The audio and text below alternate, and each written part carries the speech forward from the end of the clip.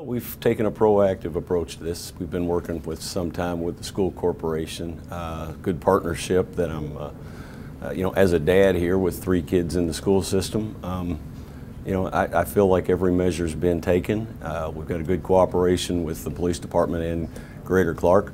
I feel the parents' concerns have been heeded, and I feel comfortable that we're doing everything we need to be doing to ensure the safety of our children.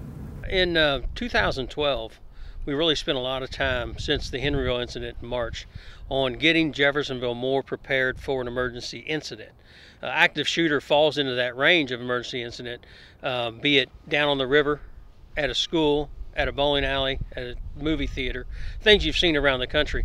We almost have to be prepared for anything, be it a hazardous chemical spill, something that would have happened down at the river stage. And Jeffersonville's taken those steps. We've now got certified safety officers for emergency incidents, operations officers, incident commanders.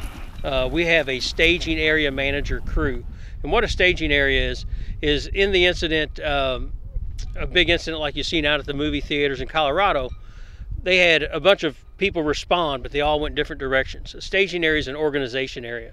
And we have a staging area trailer that is ready to deploy today, that's here in Jeffersonville, that's been equipped by Indiana Homeland Security, that's right here ready to go out of our headquarters.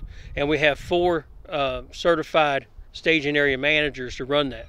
And I think that's going to go a long way in an incident. Anytime we have an incident like what we see, you're always going to have a little bit of chaos. But I think with us being a little bit ahead in the way of being organized, I think it'll help things out.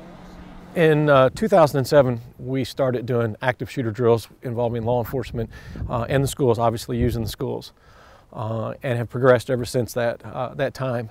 With the recent Sandy Hook, if you would, it just renewed our commitment to continue this type of training. And through that, we have worked hand in hand with the school since the day after Sandy Hook happened to try to provide a safe as we can environment for our children. We definitely have learned some things from Sandy Hook, but I think more than anything, what it's done for us is it's brought us all to the table to look at and to continue to perform these drills, evaluate these drills, and make the changes that are necessary. Before Sandy Hook, our school corporation has done a really good job of establishing crisis plans for the school corporation. I think all schools around this country, especially after Columbine, stepped up their initiatives to make sure kids were safe.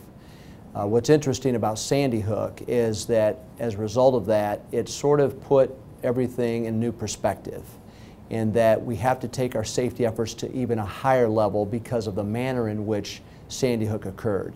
So we've met, beginning in December, we started to meet with local law enforcement and fire officials in order to just review our practices and procedures in order to make sure that we were doing everything to the greatest extent we could to keep kids safe. And we've maintained that relationship with Jeff Police Department and Fire Department starting in December. We met again with officials in January, right after New Year's. And then again, we had another big meeting here last week. And so we feel like we've got a great partnership going with the City of Jeffersonville, with their police and fire departments, and it's all geared for one purpose, and that is to make sure kids are safe.